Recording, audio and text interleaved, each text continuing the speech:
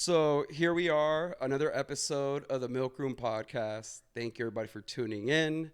Today we're recording here in Ventura, which is an awesome community, and we've got a very special guest with us. Why don't you go ahead and introduce yourself and tell us who you're with? Hey, Greg. My name is Blake, and I'm with Balcom Canyon Cider. We're right here in Ventura, a new cider company. And yeah, thanks for having us out here at the Milk Room. Nice. Always a pleasure to show local businesses and awesome startups here in town love.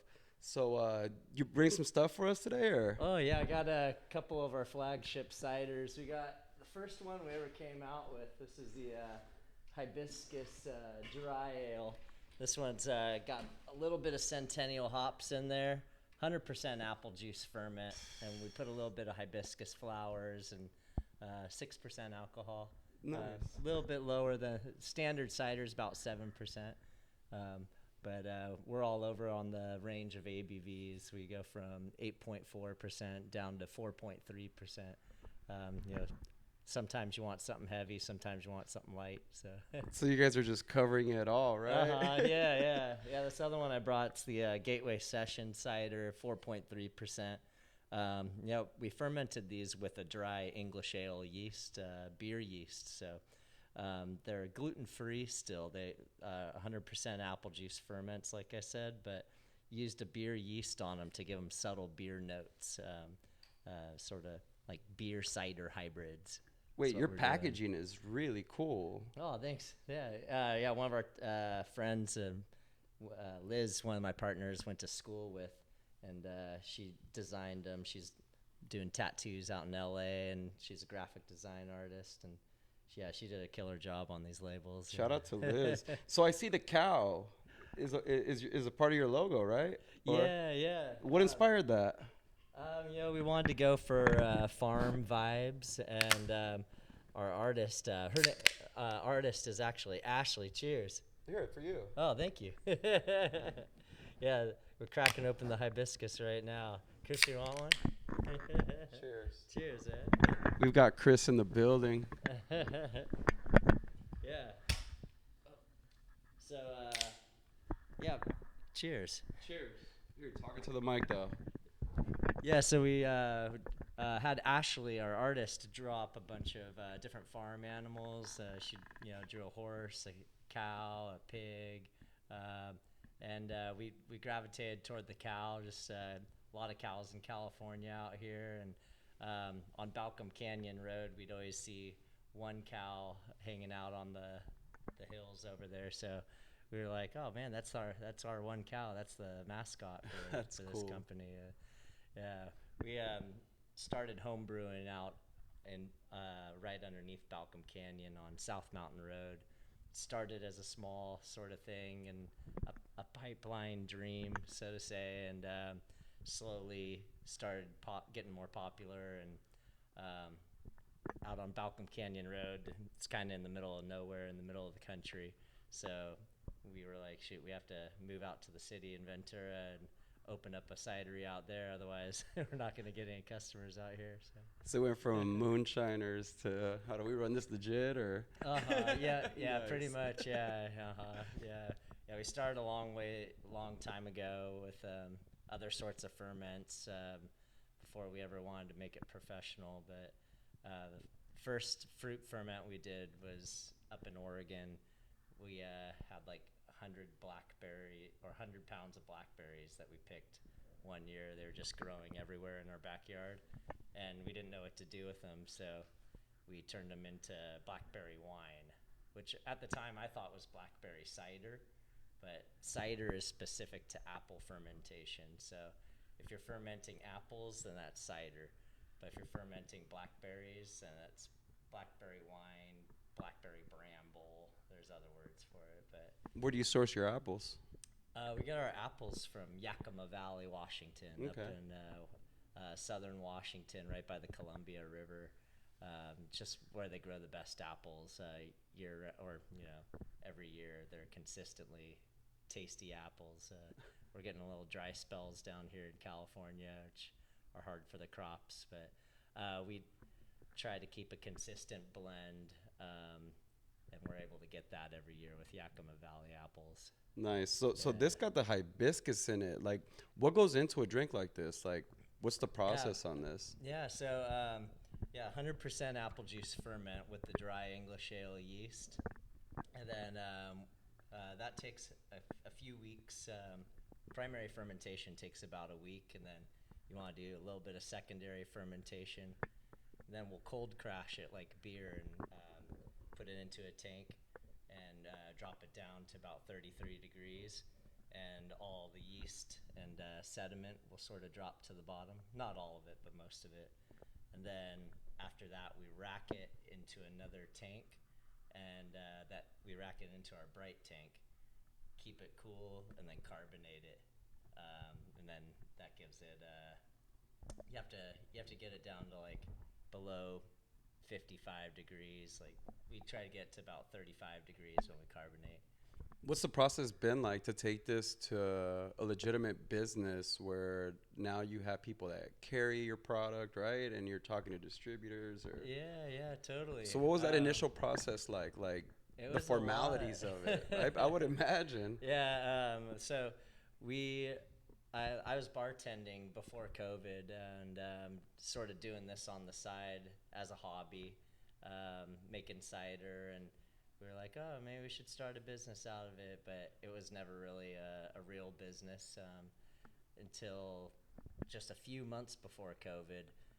We were like, hey, let's just do this. Let's try to make this a business, and we named it Balcom Canyon because we were living under Balcom Canyon, and I was driving that steep road to work every day. So it's a steep, narrow road to the top of the mountain, and then once you get to the other side of the mountain, you're in Camarillo, and you just cruise down out to the beach, and just beautiful, beautiful countryside and stuff.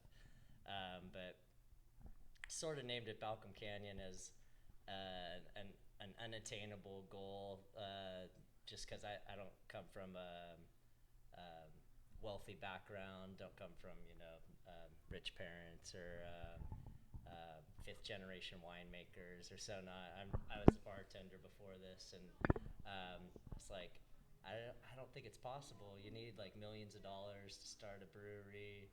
How are we gonna do this? So Balcom Canyon is that steep, winding, narrow road, sort of the path of making the cidery happen. That's really cool.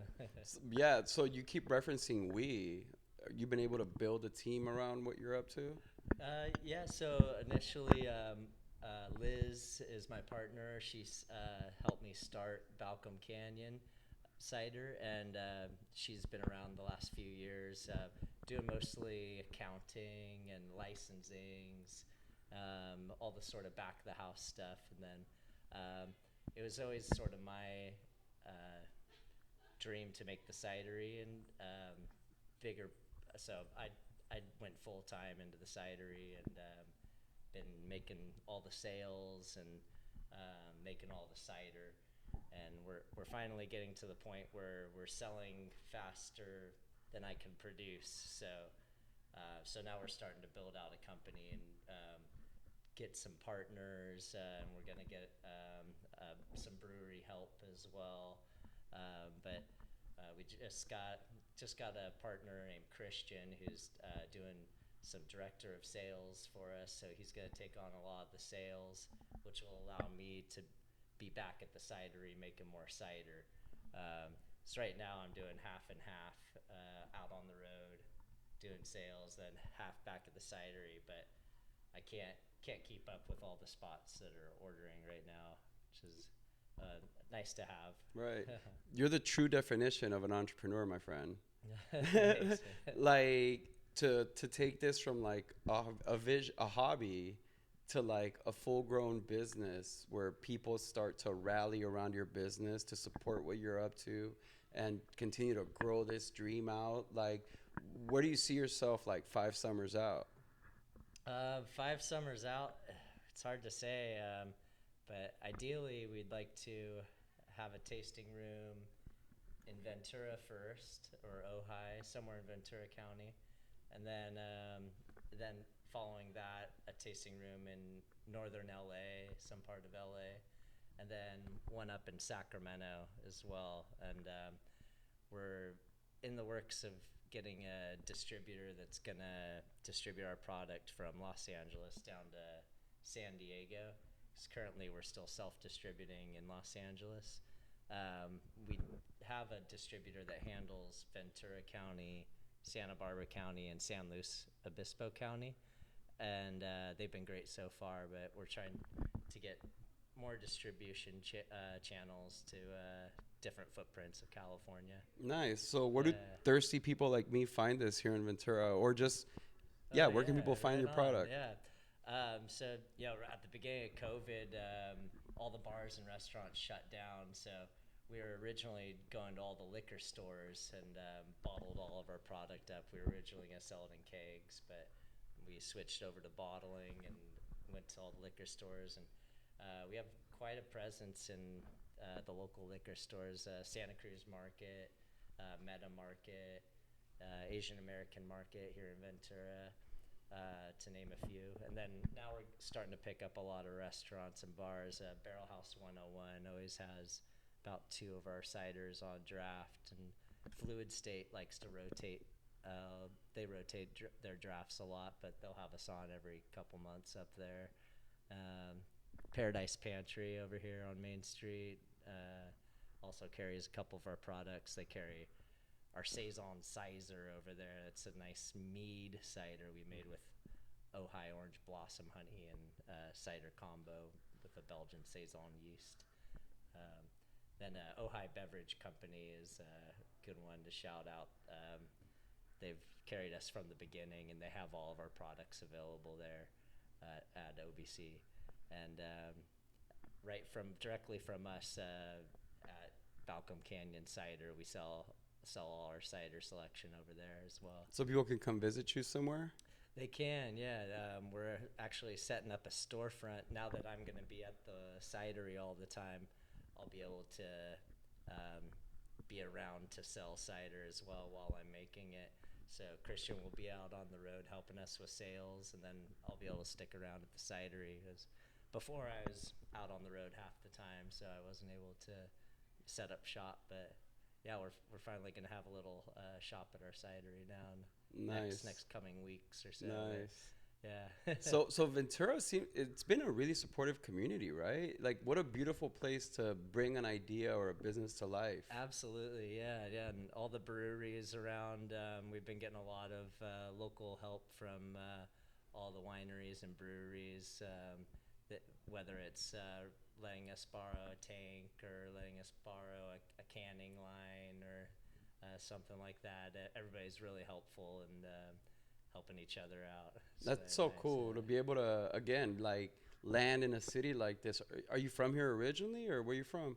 I'm from Lodi, California, up near Sacramento. And, it's a small sort of country town, and grew up not so much a wine city, but now it's a wine city.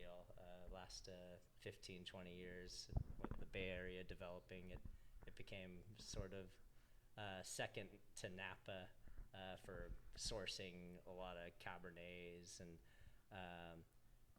Zinfandel especially. Yeah, I've been seeing Lodi on a lot of labels lately. Oh, right on. Yeah. A lot of vintners from down here will source their grapes from up there. Yeah. My Lodi experience is sleeping in a McDonald's parking lot on my way to Burning Man. Oh, cool. Yeah, totally. We stopped in Lodi. That's something that would happen in Lodi. Yeah.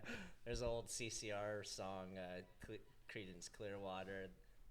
Stuck in Lodi again. Nice. Yeah, one of their songs. It's like our national anthem. Yeah, I bet. It's sort of like that, sleeping at McDonald's on your way to Burning Man. Right. Yeah.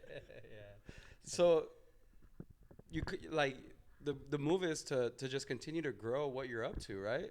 Build out the team, land more cities. Yeah, and more. Yeah, that exactly. And we're really trying to build a lot of cider awareness.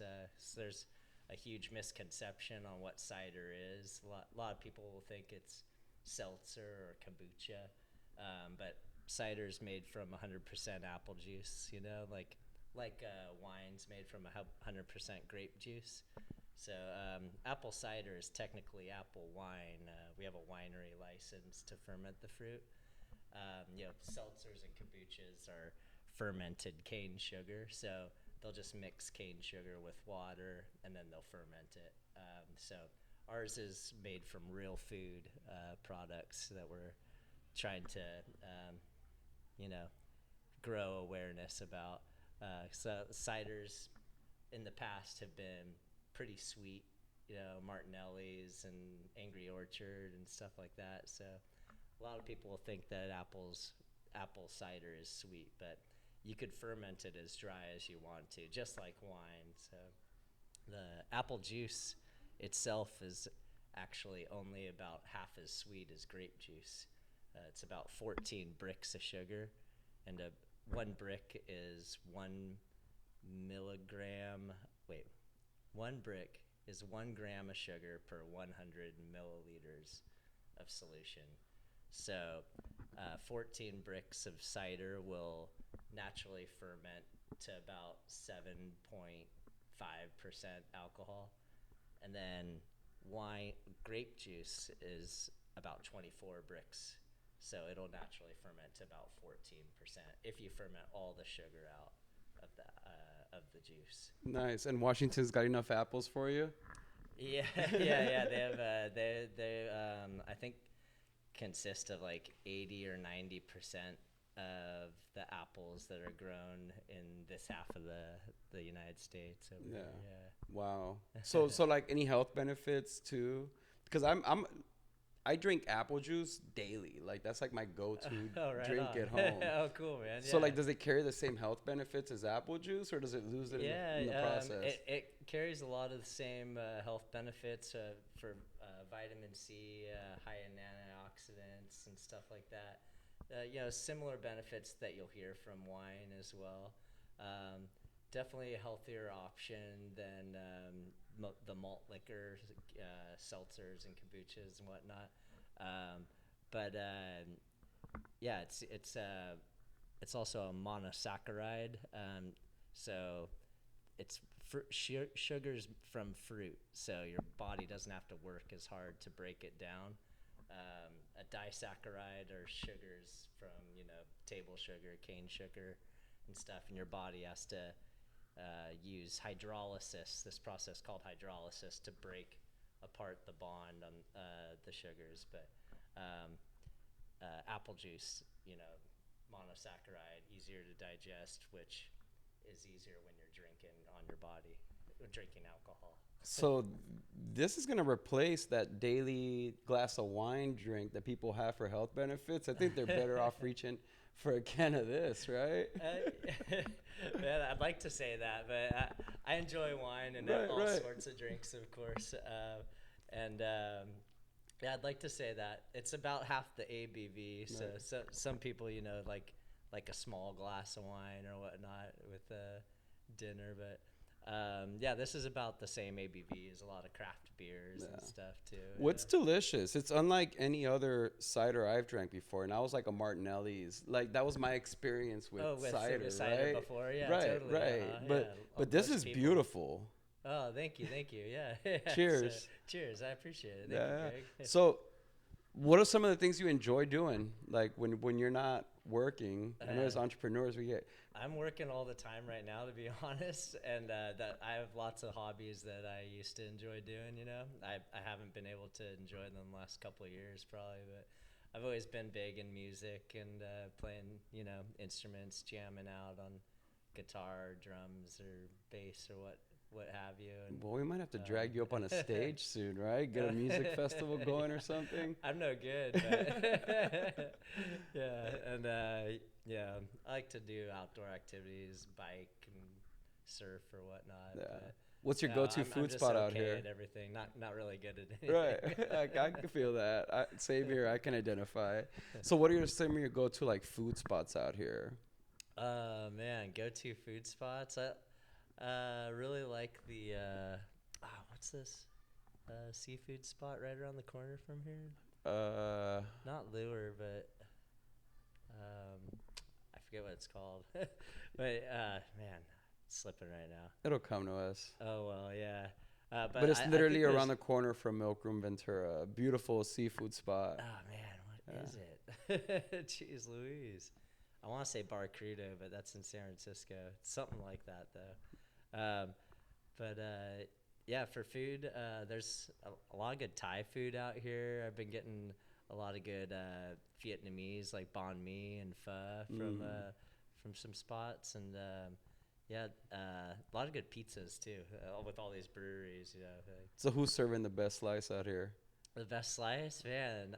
That's hard to say, but I'd say Fluid State's like pretty up there. Okay. Yeah, yeah. Nice. That'd probably be worth a trip. Like on our Uh-huh. TikTok channel, go tour pizza spots in Ventura. Oh, totally. Yeah, yeah. I've been doing that with the Toppers, of course, tacos. Oh is yeah, really that's good. legendary. Classic. Yeah. The tacos in Ventura, or like Oh yeah. Ventura Oxnard, in my opinion, are like serving better tacos in LA at the moment. Oh man, I bet. Yeah, totally. Oh man, it's The like ones we had the other night over by, they just set up shop in front of Target on Main Street, and they were killer. right. They're just carving the Al asada, Pastor right, there, Al Pastor, yeah. just right off the leg. Yeah, no, I've yet to encounter a taco spot out here that doesn't hit the spot. But like these Avenue taco spots are just legendary. Oh man, gotcha. Yeah. I need to explore a little bit more. I haven't gotten to explore the food scene down here too much yet. Yeah, no, pop onto the Avenue. Like just home runs of like taco trucks or just man. like hole in the wall spots. Yeah, totally. I've had the taco spot, Pierpont Tacos over there on Seaward. I thought those were really good. And Nice. I like those fish tacos out on the wharf too. Right Yes. So we've got the X Games coming to town. So oh yeah, totally. Man, that's always been like a dream for me to attend. Right? Yeah, totally. That's crazy. So Yeah, that'll be awesome. right We're here in just gonna get a Ventura. bunch of people here in town. So no, like if you guys want to set up shop out front and just Oh, cool. introduce people to the brand, you're more than welcome to come hang out that weekend. Thank you very much. Yeah, absolutely. But yeah, that's that. definitely gonna be an opportunity for you guys because I peeked through. I stalked you guys on Instagram a little bit, and Right you guys, on. you've been outside. Like you guys are out there meeting people, shaking hands, pouring for people. Like most recently, the chili cook-off out in Thousand Oaks, right? Oh yeah, totally. Yeah. What was that like? That was a good event. They know how to drink out there in Thousand Oaks too. Nice. Yeah, we couldn't keep our kegs full. All our kegs went empty. Yeah, That's a good problem. yeah, totally. Yeah, I'd say like two or three times more drinking than the average festival. No, we're a thirsty region out here. Totally. Well, you know what, man? Thanks a lot for coming on the Milk Room podcast tonight. Thanks for having us, Greg. Yeah. I'm such a fan of what you're up to. As an entrepreneur, you're the kind of person that just inspires me, bro. Oh, you inspire me, man. So there we go. We're in good company because what you've been able to do from brewing at home, right, is pretty much where you got your start to like now building facilities out and creating distribution for something that was once a passion of not once a passion, but was once just a project for you, right? Exactly. Yeah, totally. It seems a little surreal right now, but yeah, a lot of work went into it, but it all becomes a blur, and then you're just like, wow, I'm here right now. So. So these guys are growing. So if you're into brewing and you want to tap in with a company that's coming up, DM these guys on Instagram and get involved somehow. What's your handle so people can get a hold of you? Thank you. Yeah, it's Balcom Canyon Cider on Instagram, and then our website, www.balcomcanyoncider.com. That's BALCOM Canyon Cider. And do us a favor and pull up to one of the breweries or places that carry his product and go ask for it by name. That'll really help us out. So shout out to everybody tuning in. Thank you for tuning in. We'll include all the links in the description. Again, man, cheers. Thank you. Cheers. Thank you. Yeah, check out Greg at the Milk Room. This is a fine establishment he's got, and all the local community that he brings together. It's a really special thing that he's doing. Really appreciate being here. Thank you, Greg. Can't wait to have you back.